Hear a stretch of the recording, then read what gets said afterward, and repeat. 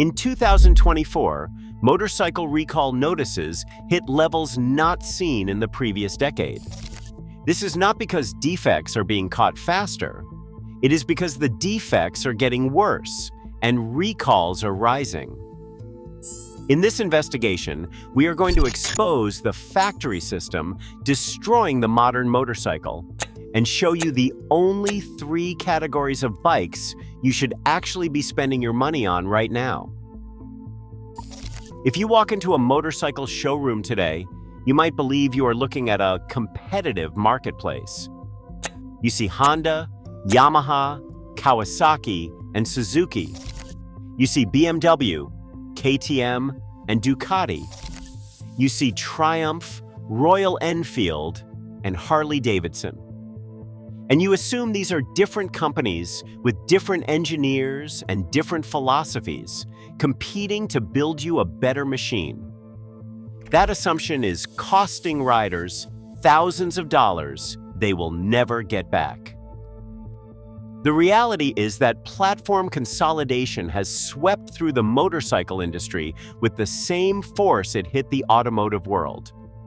The same engine architecture, the same frame platform, and the same electronically controlled components are being stuffed into motorcycles carrying completely different nameplates and sold at completely different price points.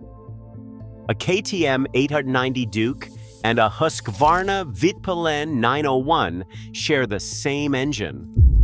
A BMW S1000RR and several KTM platforms share engineering DNA through their parent company relationship. The nameplate is a marketing decision. The engineering is shared. And when that shared platform carries a defect, every motorcycle built on it carries that defect, regardless of what badge sits on the tank. The problem starts before the motorcycle ever leaves the factory. It starts with the people on the floor who are building it. In the era when Japanese manufacturers built their reputations on reliability, assembly line quality control was a cultural obsession. Workers were empowered to stop the line when something was wrong. Stopping the line was not a failure. It was the system working correctly. That philosophy produced engines that ran for 300,000 kilometers on nothing more than regular oil changes. That philosophy is gone. The metric driving every decision on a modern motorcycle assembly floor is units per shift. The plant manager's performance is measured against it. The line supervisor's bonus depends on it. If the line stops, revenue stops. If a worker flags a defect and pulls the stop, the shift quota takes a hit, and someone has to explain why to someone above them. This creates a system where flagging a problem is a career risk, and moving the unit down the line is the path of least resistance. That is why technicians across the industry are finding the same categories of fault on brand new motorcycles. Improperly torqued engine cases, coolant lines routed against frame sections that vibrate against them for 2 years before they fail. Electrical harnesses bundled with connectors that oxidize in precisely the pattern that puts the fault outside the warranty window. This is not sloppy workmanship. This is the predictable output of a system that rewards speed over quality at every level of the organization. But the incentive problem on the factory floor is only half the story. The materials themselves have been engineered to fail on a schedule the manufacturer already knows. The most consequential engineering decision in the modern motorcycle industry is the adoption of the highly stressed, small displacement parallel twin as the default powertrain across almost every mainstream category. On paper, these engines are impressive. High specific output, strong fuel economy numbers, lightweight, competitive price point. In practice, they are engineering grenades with a mileage fuse. To extract the power figures that win comparison tests and justify premium pricing, Manufacturers are running these engines at compression ratios and thermal loads that would have been considered racing territory a decade ago.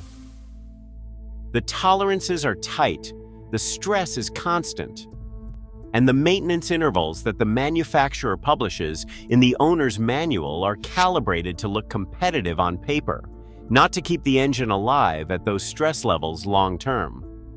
The result is a documented pattern.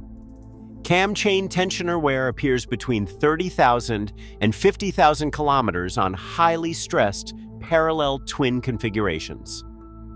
Valve seat recession requires full headwork on engines that are barely 3 years old. Oil consumption begins at mileage that a naturally aspirated engine from 2005 would have considered early service life. Independent mechanics who service both modern high-stress twins and older naturally aspirated configurations describe the difference consistently. The older engine at 80,000 kilometers is midlife. The modern twin at 50,000 kilometers is showing wear that belongs at 150,000 kilometers. The engineers who designed the modern engine knew those tolerances. They published maintenance intervals that obscure the degradation curve until the warranty expires.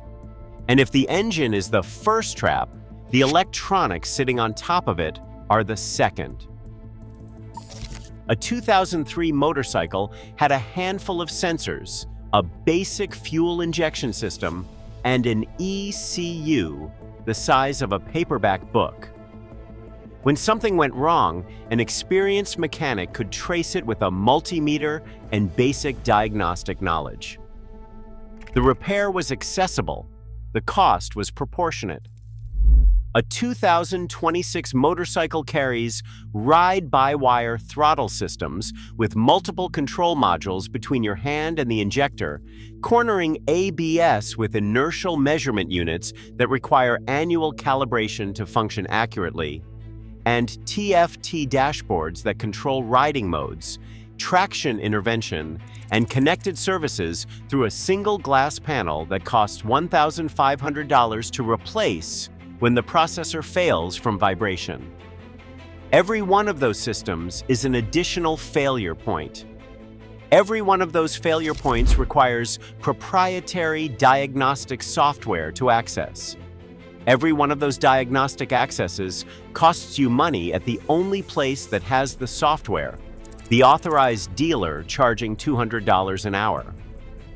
Bosch, the supplier behind the ABS and traction control units fitted to the majority of modern motorcycles across all major brands, has documented specific failure patterns in their inertial measurement unit housings when exposed to the vibration profiles of single and parallel twin engines. The manufacturers who fit these units know the failure pattern. The warranty period was set to expire before the failure rate peaks. You are not buying a motorcycle with advanced safety technology.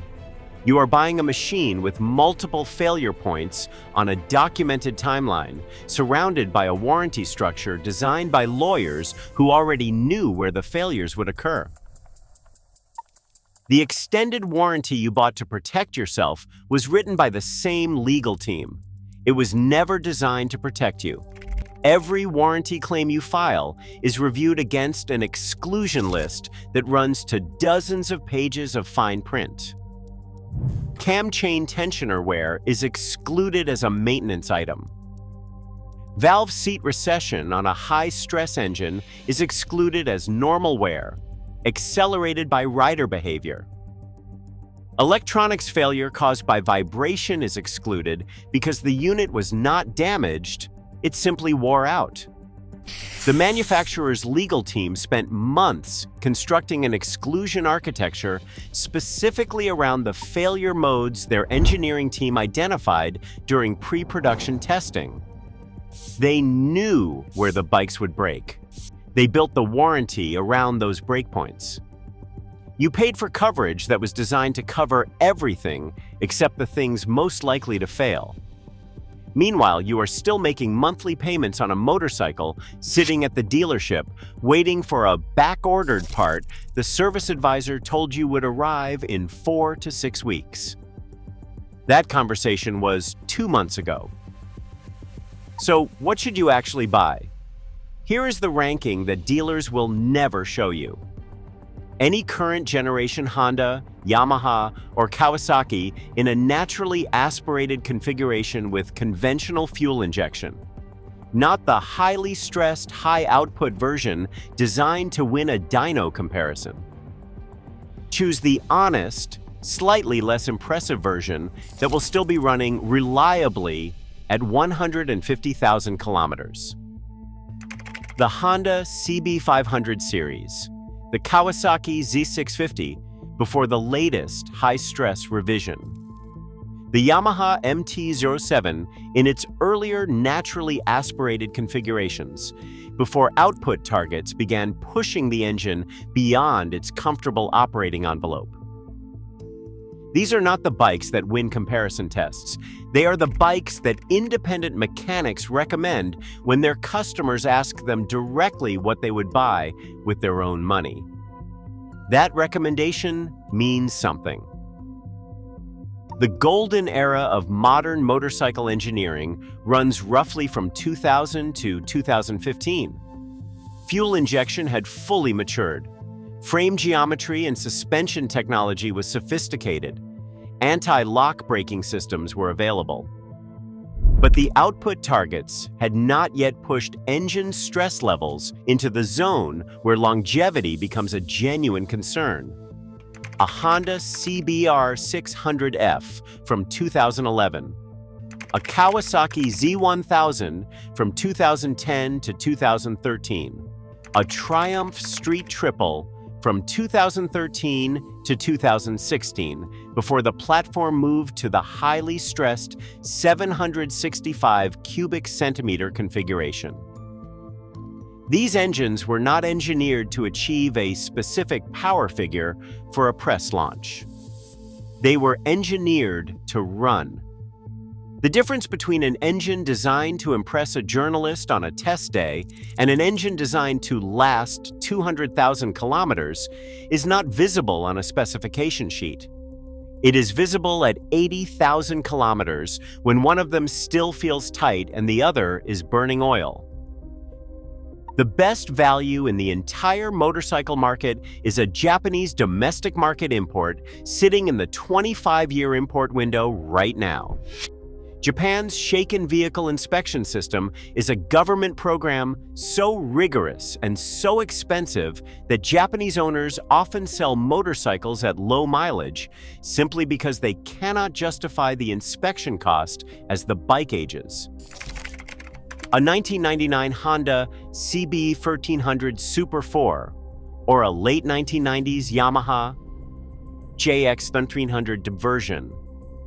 Entering the legal import window right now can be purchased with original mileage that a comparable used bike in any Western market would never carry. These machines were built during the period when Japanese manufacturers were competing on engineering integrity as a primary sales argument.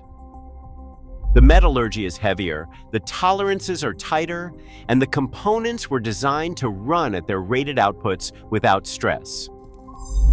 25 years of careful Japanese ownership barely registers on the wear curve of an engine that was overbuilt for its application from the day it left the factory. You are not buying an old motorcycle, you are buying a fully depreciated machine, maintained to a government standard that does not exist anywhere else in the world, carrying a drivetrain architecture that was designed to last before the industry decided planned obsolescence was more profitable than durability. Check the injection system, check the stress level of the engine, and never let a comparison test power figure distract you from the question that actually matters. Will this engine still be running cleanly at 100,000 kilometers? If this opened your eyes, subscribe, hit like, and tell me in the comments. What year is your bike, And how many kilometers has it covered without a major repair?